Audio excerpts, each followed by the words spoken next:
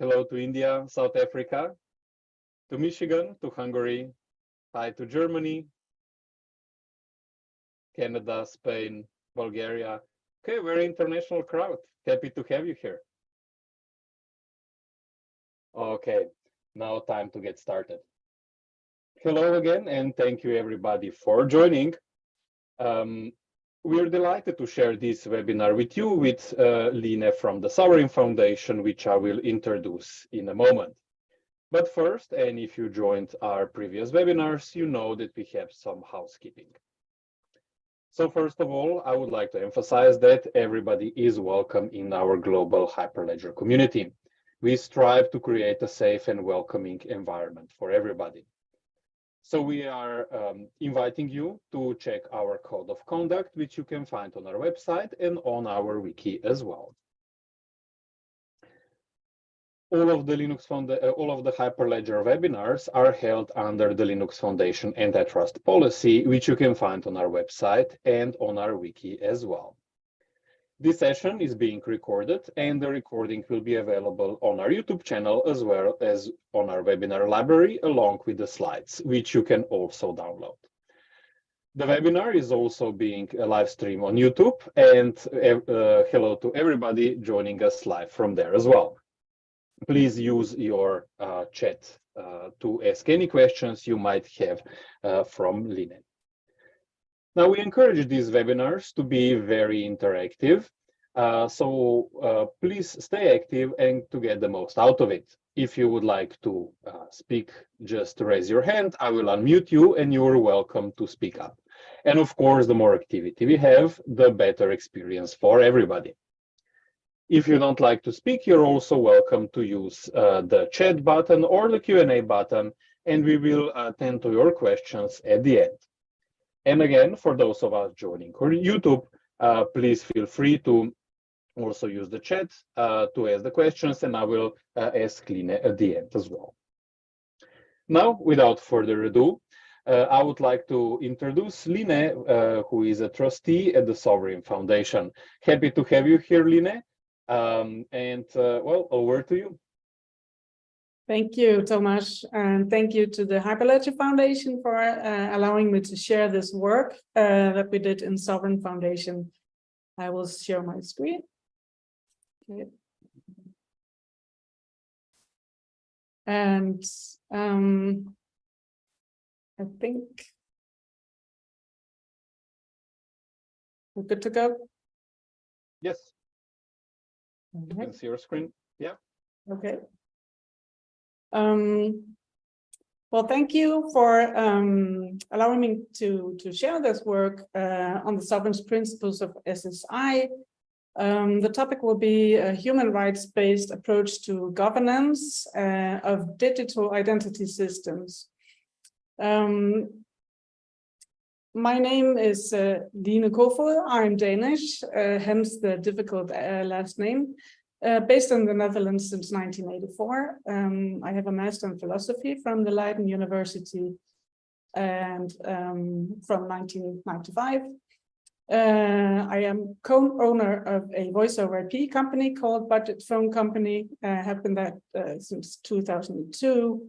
And also a co-founder of BlockZone since 2017, was specialized in trusted communications, identified communications. And as such, we participated in a project in the Netherlands on trusted communications and received a grant from SF Lab in 2021 to combine SSI SIP technology with or protocol with DITCOM. So that is the use case that brought me into Sovrin. We have been a Sovrin steward since 2020. And I joined as a trustee and treasurer and secretary in 2021. And I joined the governance framework working group, where I've been a co-chair since 2021 and developed the human rights-based principles of SSI in 2021. All right. So in order to talk about the topic for today, just a moment, please. I would like to provide some context into the Sovrin Foundation. Sovrin Foundation is a nonprofit civil organization incorporated in 2016 in Utah in the US. Mission is identity for all, and the way the Sovrin Foundation provides that is by providing a global utility for digital identity. Sovrin MainNet has been active since 2017. It is a public permissioned network based on Hyperledger Indy, of which Sovrin was the original sponsor. So Sovrin is a Hyperledger Foundation Associate Member. The network consists of BuilderNet, TestNet, and MainNet, 36 nodes operated by Sovrin stewards in 16 countries. It supports the use of DITs, verifiable credentials, Hyperledger areas, and encrypts. And won't go too deeply into the technology today. It is all about the governance. So let me see. I think I just lost my comments. So the Sovrin stewards are a very diverse group, representing a lot of various industries. I will just share something about the diversity of Sovrin. You can see the industries are from various types, but also from very high-level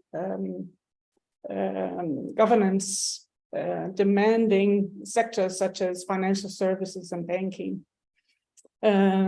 We keep a close eye on the diversity of the mainnet, and for that reason, we, like we present here, we split the diversity check into geographic spread as well as jurisdictional dictionary spread. I will just need to just a moment, please.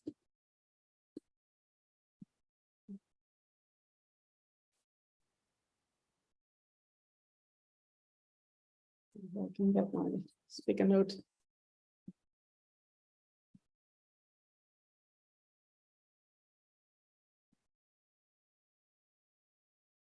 Oh, sorry.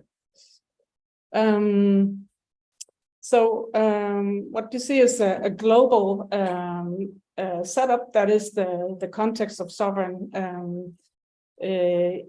Sovrin. Just a moment, please. I just need to get this one going again. Sorry.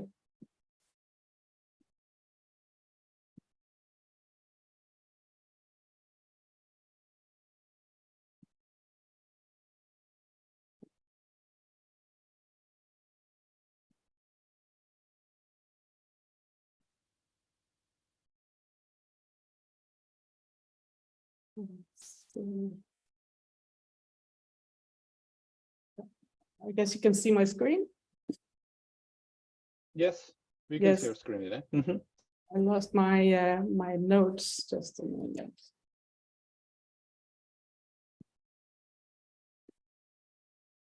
All right.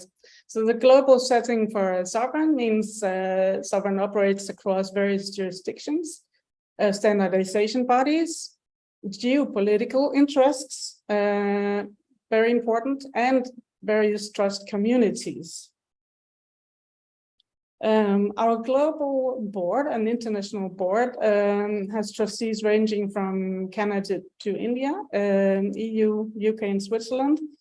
Sankashan Mukhopadhyay is my co-chair in the Sovrin Governance Framework, and we've been working together on the topic that we speak about today.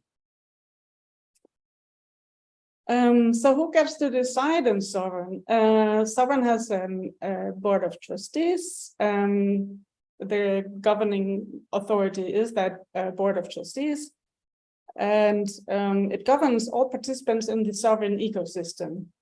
So it maintains the Sovrin governance framework, of which we have developed two, one for the ecosystem and one for the utility. The Sovrin Ecosystem Governance Framework receives proposals from the Governance Framework Working Group and the Steward Council, and the Sovrin Utility Governance Framework receives proposals from the Technical Governance Board and the Steward Council. And all decisions are made by the Sovrin Board of Trustees. So the governance framework itself consists of, furthermore, of a glossary and primary documents, and business and technical policies, and legal agreements with the participants, including data processing agreements. So this is let's say the 4 layers of the tech stack in Sovrin. Sovrin, like I said, operates a public blockchain, a public readable blockchain, and permissioned writing blockchain. It is possible to store public DLTs on the blockchain, and of course, no personal data goes on the blockchain, no private keys. So only data that must be public, such as the public DLTs, the credential definitions for verifiable credentials, schemas and revocation registries and entries.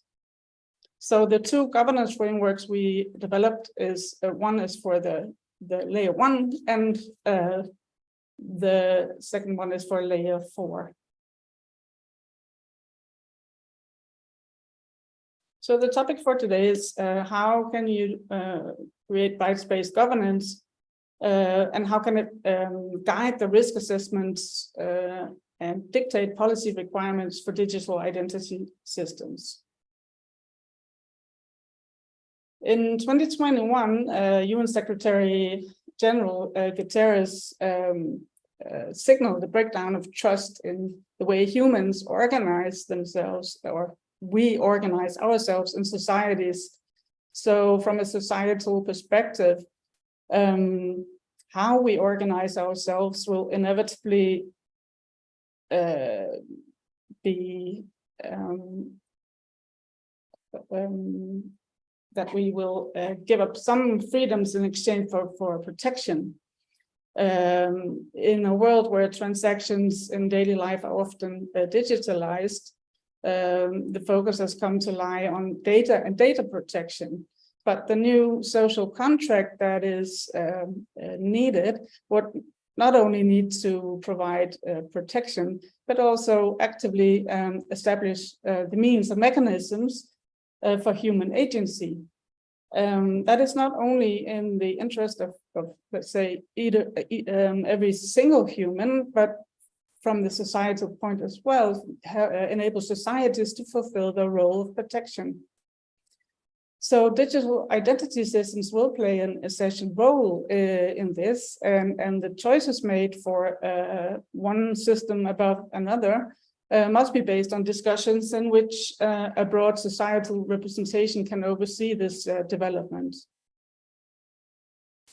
So Sovrin, this is from the Sovrin Governance Framework. Sovrin Foundation is a non-profit that has one mission: identity for all. The principal method that Sovrin uses to realize this mission is by providing a global utility for digital identity that may enable humans to exercise their human rights. So this is what we're going to show today, how we envision that. Sovrin Foundation aims to provide and support technical and governance mechanisms that allow people and organizations to make transactions in such a way that both parties remain sovereign and in agreement with their own rules and jurisdiction. Sovrin Foundation also has its own jurisdiction, in a sense, its own constitution and its own agreements with participants. These documents regulate the rights and duties of the participants in the Sovrin ecosystem. The governance frameworks make up the rulebook of Sovrin Foundation. So in that sense, speaking of self-sovereignty, it has many names. There are many principles of SSI, and this is the way that we see the way that you can understand sovereign to be, you can be your own authority within your own jurisdiction. So the Sovereign ecosystem governance framework is developed according to a cascade of questions that aim to provide transparency to anyone who reads it and tries to understand it, but also to lead the community through the documents. Who gets to decide at the end the policies that need to be updated and how it's done? That is very much in order for the Board of Trustees to be agile and able to enforce policies. For that, a risk assessment is carried out based on information from the governing bodies, but also for the purpose of public oversight. A risk assessment is not only to the availability of the utility, of which we have 100% uptime, but it is also to the risk to the sustainability over time of the ecosystem itself around the utility. So for now, we concentrate on the risk assessment with regards to abiding by the ecosystem principles. All governance documents can be commented on online on the website, and the board has a monthly meeting with the community in order to be vigilant about anything needed to be updated in and revised in the governance policies. So, like I said, principles of SSI, there are many. Building on the laws of identity by Kim Cameron and the principles for self-sovereign identity by Christopher Allen, and various writings from Sovereign by Phil Windley, Drummond Reed, and Andrew Tobin. In 2020, the 12 principles of SSI were developed and published. In 2021, the working group for the ecosystem governance framework reorganized the principles, reordered them in order to serve the purpose of enabling human agency, autonomy, and integrity. So the principles are defined. We will see that in a little while. The principles are defined as a set of claims that digital identity ecosystems can be expected to adhere to, and can also be held accountable for. So enabling societies in securing human agency, autonomy, and integrity is the purpose of this set of principles.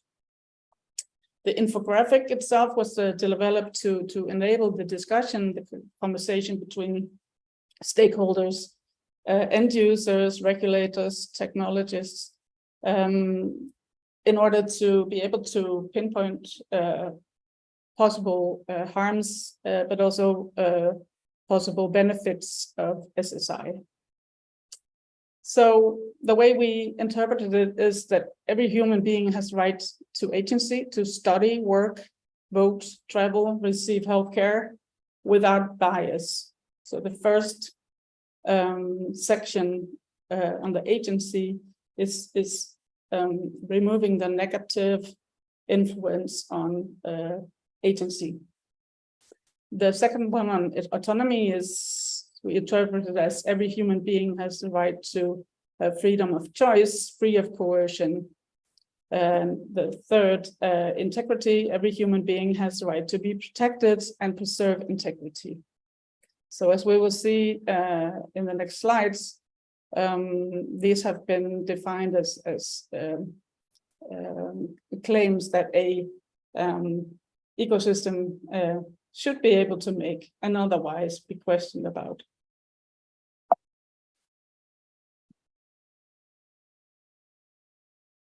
So the first section is about agency.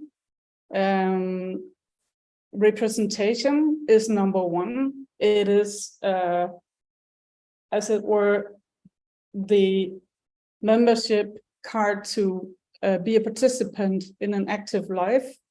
So an SSI ecosystem shall provide the means for any entity, human, legal, natural, physical, or digital, to be represented by any number of digital identities. The second one on delegation is pertains to the same principle, but it specifies something that we need when we talk about digital identity, namely the possibility of delegating if you're not able to act yourself. So an SSI ecosystem shall empower entities who have natural, human, or legal rights in relation to their identity, defined as identity right holders, to control users of their digital identity data and exert this control by employing and or delegating to agents and guardians of their choice, including individuals, organizations, devices, and software. So that might apply to legal arrangements. It may also apply to an employer and an employee, and safeguarding their actions by making sure that their the actions that they have already been allowed to perform are actually also secured through a technical means. Equity and inclusion. An SSI system shall not exclude or discriminate against identity rights holders within its governance scope.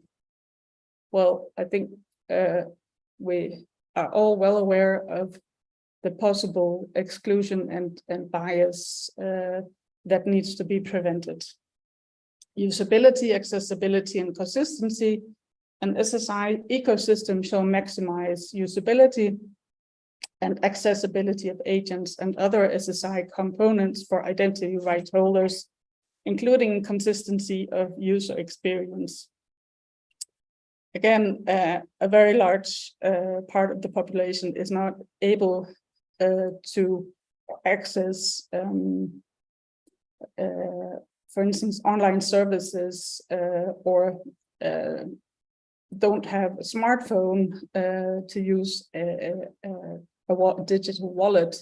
So the SSI ecosystem must foresee in that lack of ability. Something that is also of importance is for instance, in the ecosystem governance framework, to be able to understand the language that it's written in, so that it is possible to evaluate or assess whether the ecosystem is performing as it should. Autonomy is pertains to maintaining the freedom of choice. So this one is about preventing vendor login, ledger login, and also to prevent the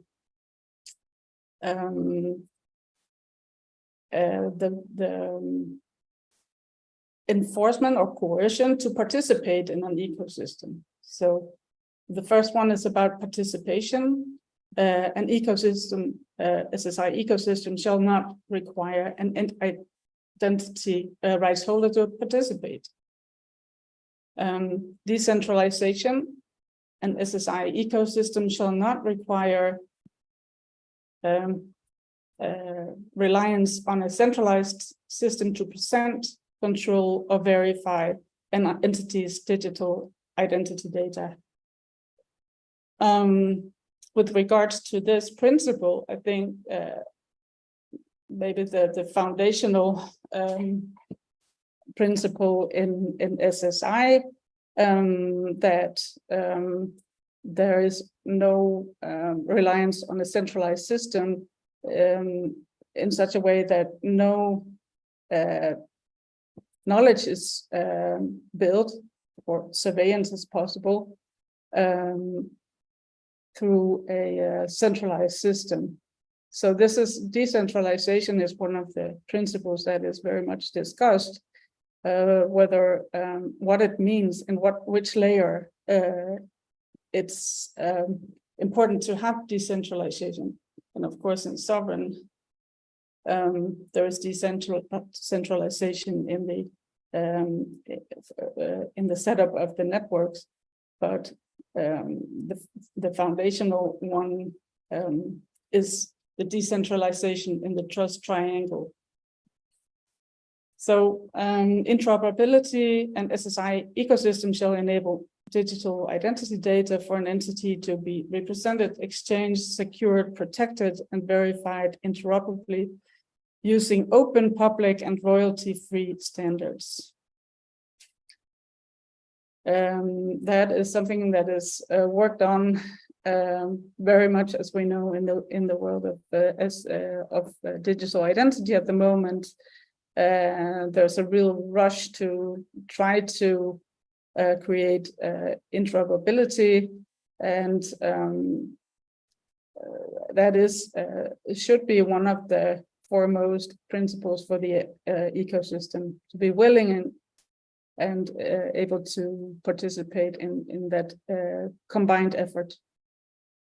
Portability and SSI ecosystem shall not restrict the ability of identity rights holders to move or transfer a copy of their digital identity data to the agents or systems of their choice. Integrity is the third section, has to do with protection. Of course, there is a security aspect, and SSI ecosystem shall empower identity rights holders to secure their digital identity data at rest and in motion, to control their own identifiers and encryption keys, and to employ end-to-end encryption for all interactions. Verifiability and authenticity, and SSI ecosystem shall empower identity rights holders to provide verifiable proof of the authenticity of their digital identity data. Privacy and minimal disclosure, and SSI ecosystem shall empower identity rights holders to protect the privacy of their digital identity data and to share the minimum digital identity data required for any particular interaction. That is also a foundational principle in SSI, to provide that control to the holder of the credential, of choosing and be protected in sharing any data. Transparency is also something that is foundational to security, as and also to the identity rights holder to be able to see and to understand what is going on in the ecosystem. And an SSI ecosystem shall empower identity rights holders and all the other stakeholders to easily access and verify information necessary to understand the incentives, rules, policies, and algorithms under which agents and other components of SSI ecosystems operate. So in order for the to see the foundation of for instance, the decision making in an ecosystem, or to see how certain interests may influence the decisions, it's important to be able to see that, and transparency, again, at various levels, of course, on a blockchain such as Sovrin operates it. The transparency is a must. It's possible to check what's on the ledger and to see what's going on. So an example I would like to share is how we do that, how we secure that the principles are used for risk assessment, and how they dictate how the policies are adapted or updated. So as an example, I've chosen agency, and then the second principle, delegation.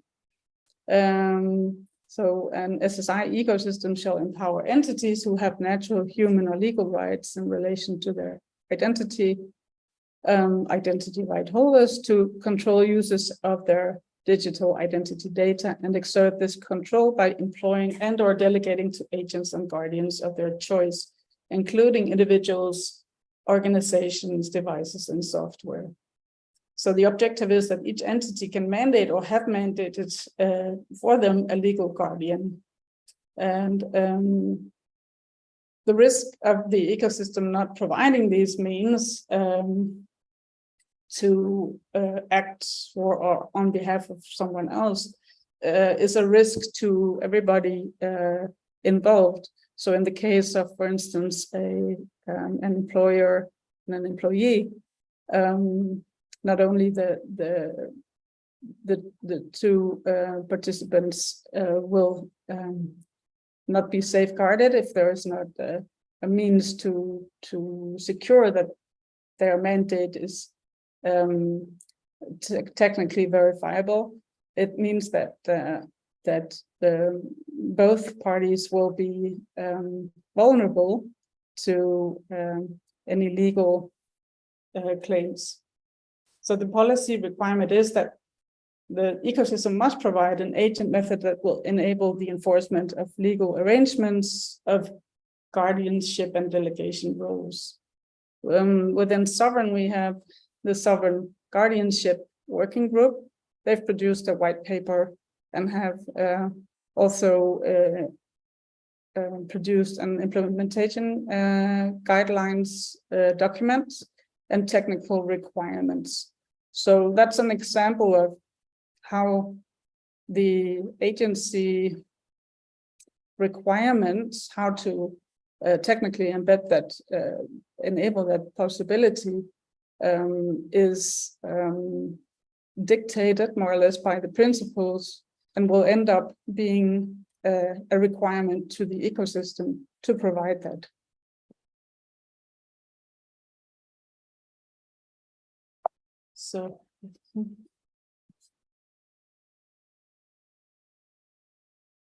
So I think I got to the end of my presentation. I would like to invite you to join me on LinkedIn or join Sovrin. You may take a look at the Sovrin MainNet transactions through the link. You can sign up for a Sovrin newsletter, reach out to us for a call, or simply join us in the working group. Well, thank you. Yeah, thank you very much, Line. So we got a couple of questions here in the Q&A box. If maybe you can address them, and I saw in the chat we have a couple as well.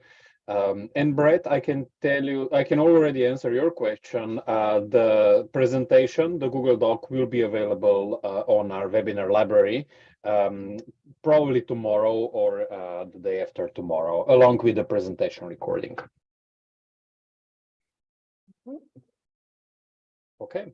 Line, would you like to take the other ones? I hope I can answer those. Just a moment, please. Mm-hmm.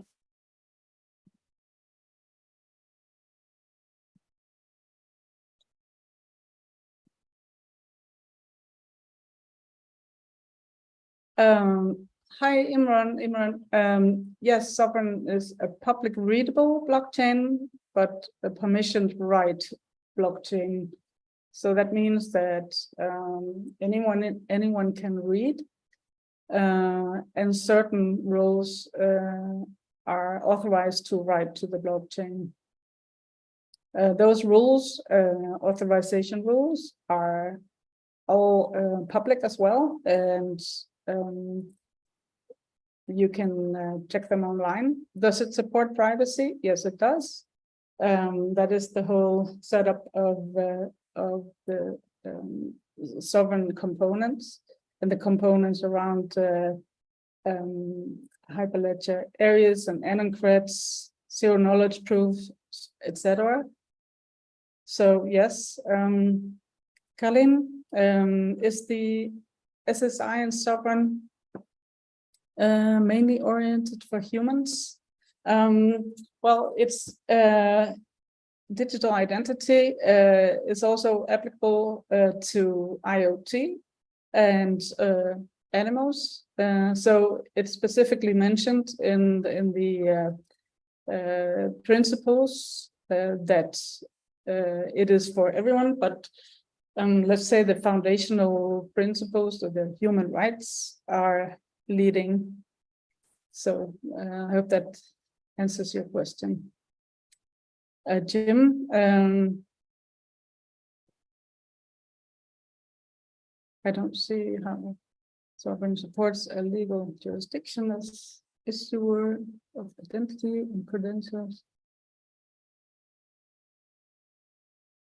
Hyperledger in the US is a credential that has specific legal requirements and establishes a relationship with compliance on those agencies.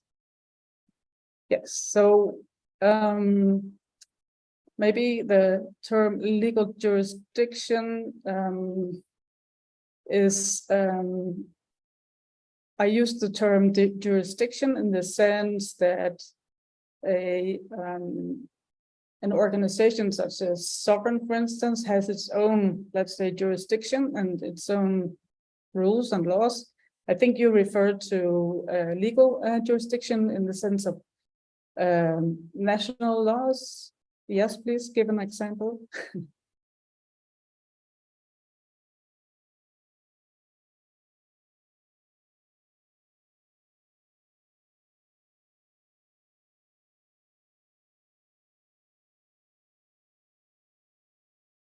I don't know if am I getting. Jim, we can also unmute you if you would like to talk.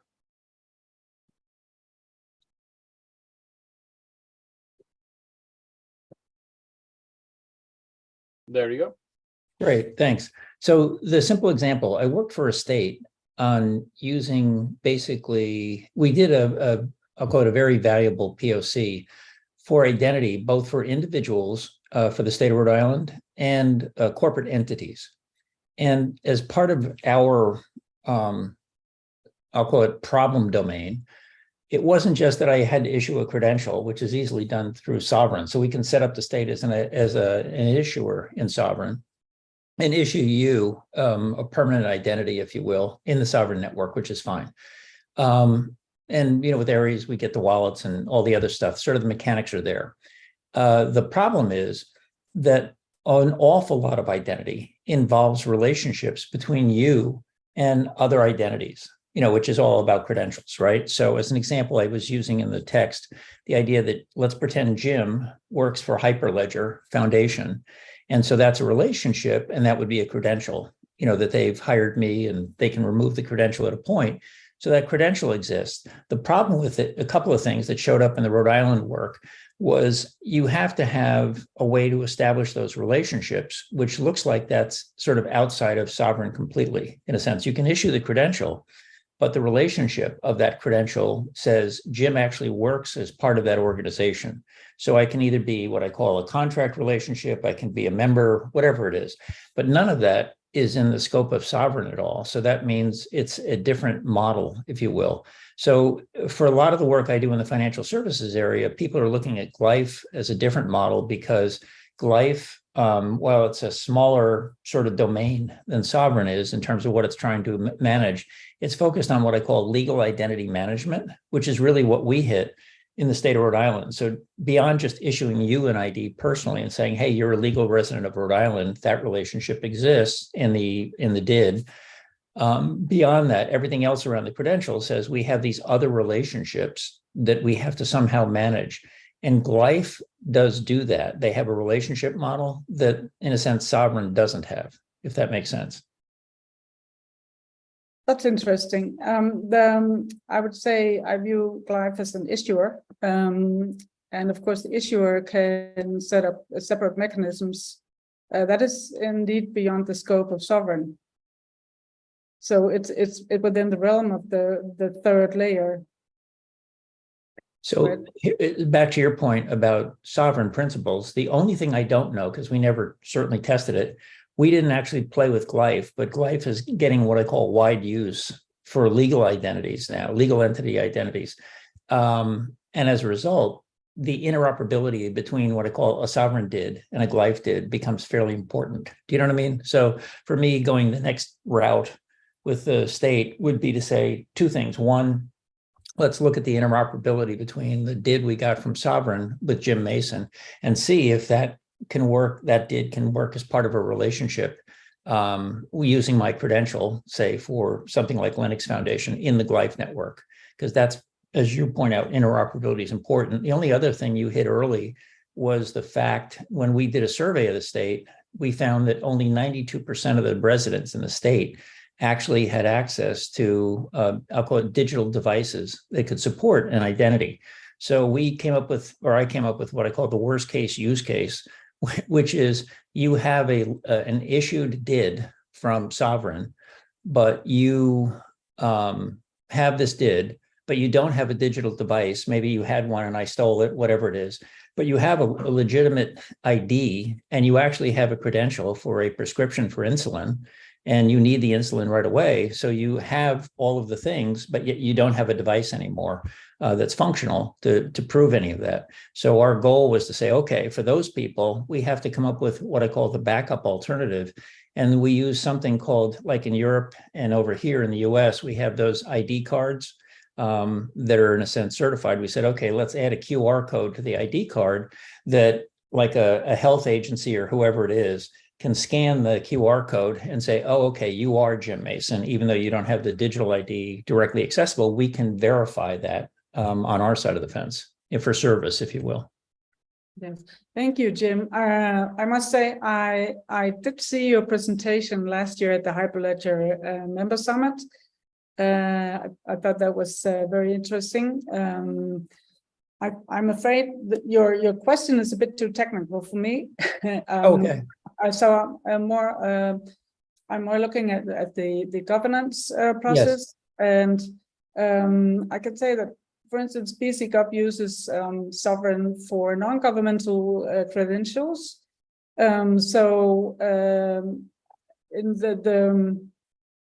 It is possible to use the Sovrin network to as a trust anchor for public DIDs.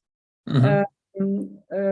With, let's say, your own setup of interoperability at a governance level. At the technical level, I'm not sure I'm the right person to answer that. That's fine. Thank you for your help, though. I appreciate it. And it sounds stupid, but I'll say the governance is the first thing. And your model of how to take a principle and then turn it into what I call an actionable feature, if you will, is a critical thing for everybody, because you should always be driving it from the governance side, kind of like you were showing. So thanks for that. Thank you. Thank you, Jim. I would definitely encourage anyone who wants to engage in this conversation to contact us, because we do involve contributors to develop and, like I said, revise our policies. So if you can contribute, you're very welcome. Great. Thank you, Line. We do have some more questions here, if you want to take them, also in the chat. Yes, I want to try out the pair. Oh, sorry. Why doesn't this presentation appear on the Sovrin calendar? Oh, that's a miss. Sorry about that. Technically speaking, it is not a Sovrin event, but a Hyperledger webinar. But thank you for the comments. So Abhilash says, I want to try out the pairwise DID, the use of is 2 in peer-to-peer DID. Can I connect to any specific part or section of Sovrin where a programmer could connect in Sovrin? Not sure I understand your question. What would you mean by part or section of Sovrin? I can recommend all technical questions for Discord, for the Hyperledger Discord. There are specific groups there that can help out with any technical questions. Maybe, Yes. Do you have a Discord invite for that? Yes, Thomas? absolutely. I dropped it here in the chat and I added it as well at the beginning. And with the presentation that we will share, we will also have our Discord channel. So you are very welcome to join us there. I would say that also at this level, the discussion that's going on in around AI is interesting to the digital identity community. So I would encourage also other communities to reach out, and we could explore this human rights-based risk assessment together. I think it would be valuable to the discussions going on in the world right now, where everybody's trying to understand what's going on and what we can actually enforce in terms of policies. So I would encourage anyone who's interested in that to also contact us. That's great. Thank you, Line. Okay, we do have some other questions. So Jim is asking in the Q&A box, and we also have a few questions in the chat. Okay. All right, there's also the chat, yes. When do you decide that an AI entity needs an ID and credentials? Yeah, that's a good question. What would your answer be, Jim? You mean on which grounds do you decide that? I would expect if you need to verify a certain credential is the condition, not necessarily whether it's an AI entity or a thing or other. All right, webinar chat. So yeah, my quick thought is this. All of us, according to your principles, as humans, need an identity and credentials that's, in a sense, as you say, independent of other entities. So if you issue an ID, that's the point of Sovrin, is that my ID is permanent. When I look at specifically, pardon me,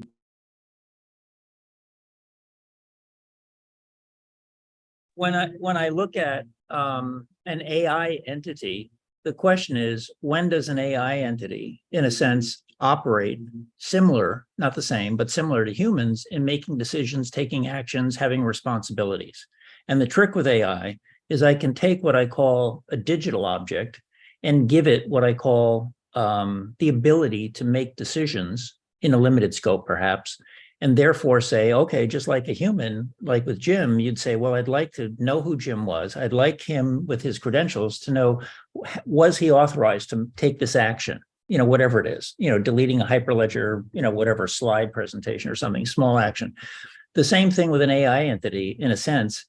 In theory, having worked on IOT, they all have identities anyway. The problem is that they're not sovereign identities. They're not SSI DIDs, if you will, is the problem. And so they're just IDs that I make up. You know what I mean? They have no durability.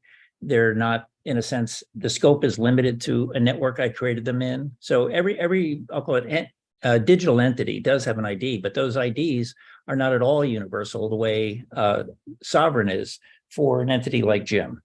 And so the theory would be these digital identities, these digital entities, if you will, would eventually have easily, I'll call it a long lifespan that might be beyond Jim's lifespan.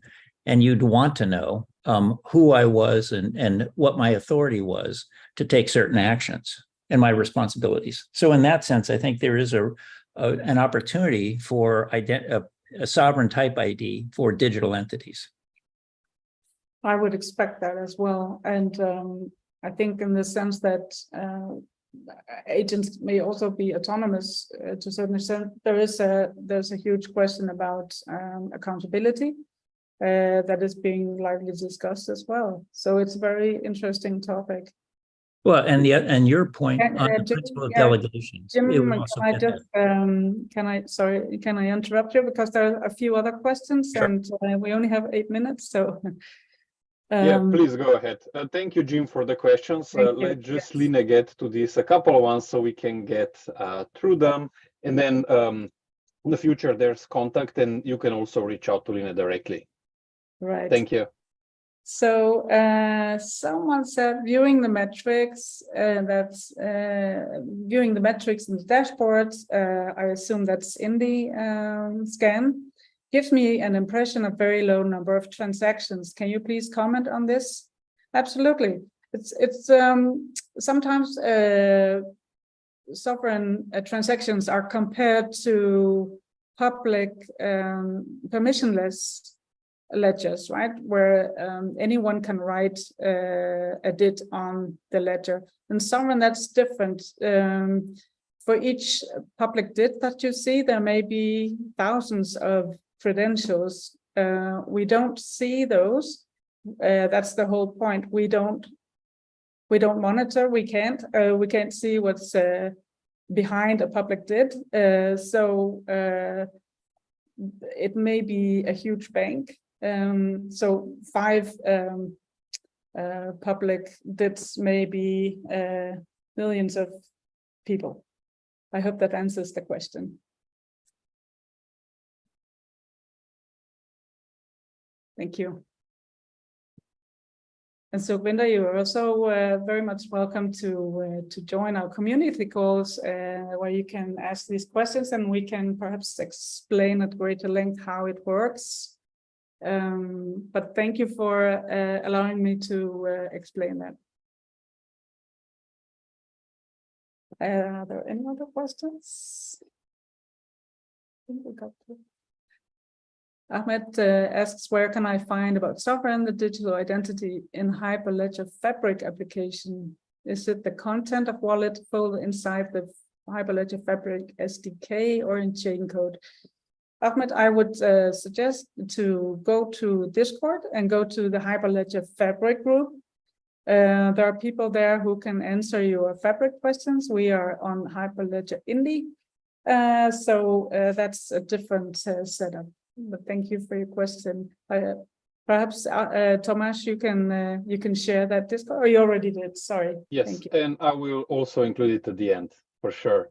I think we might have time for one last question. We are about 4 minutes left to the top of the hour. So if you have anything, just pop it in the chat or raise your hand.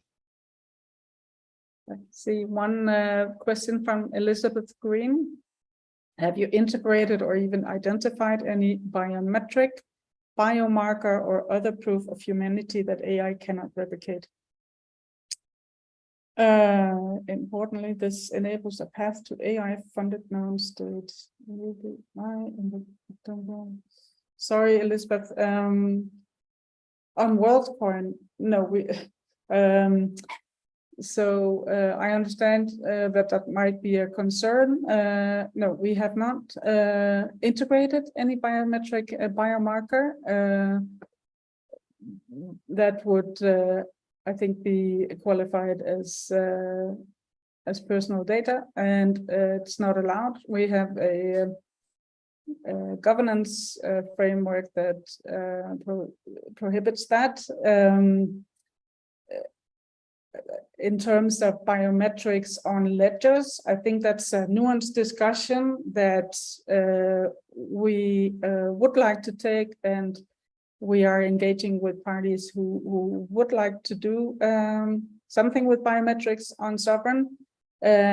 What we do is we're open to discussions to learn about it, to see how it works, and whether it is suitable for a system such as ours. And if you are interested, Elizabeth, please join Sovrin Foundation in the discussions. That's great. I think we are at the top of the hour almost. Just to sum up and thank Line and all of you for joining. So first of all, thank you so much, Line. This has been a very interesting presentation, and I'm really happy that you were able to do it. And thank you everybody for joining and for your great questions. There was a couple of questions in the chat, so yes, we will share the full presentation, so you can always go back and check it, as well as you can download the slides from our webinar library and as well our YouTube channel. So just to conclude, so thank you again, Line, great presentation. I was really happy to have you here. So this is our Discord, which you mentioned a couple of times. You can find it in the chat and also in the slides that I will add later. And as Dina mentioned, there's a lot of, our communities here. You are welcome to ask your technical questions. There's a lot of real-time interaction, and you can find information about Hyperledger projects, about special interest groups and regional chapters, and more like that. We have almost 5,000 users on the Discord. Visit our event page. So there was a question on the Sovrins event page, but all of the upcoming webinars you can find on the Hyperledger event page, and you're welcome to join it, to look for that page and also register for the upcoming webinars. So we have a very exciting upcoming webinar with Central Bank of Norway, and where Lasse will be sharing their experiences from using Hyperledger Besu for their CBDC sandbox. Now, again, thank you very much, everybody, for joining. Thank you again, Line, for sharing this interesting presentation. And we hope to see you again soon for the upcoming webinar. And keep your eye out on our events page and our meetup community, special interest groups, and so on. Thanks again, everybody, and see you next time. Thank you, Tomasz. Yeah.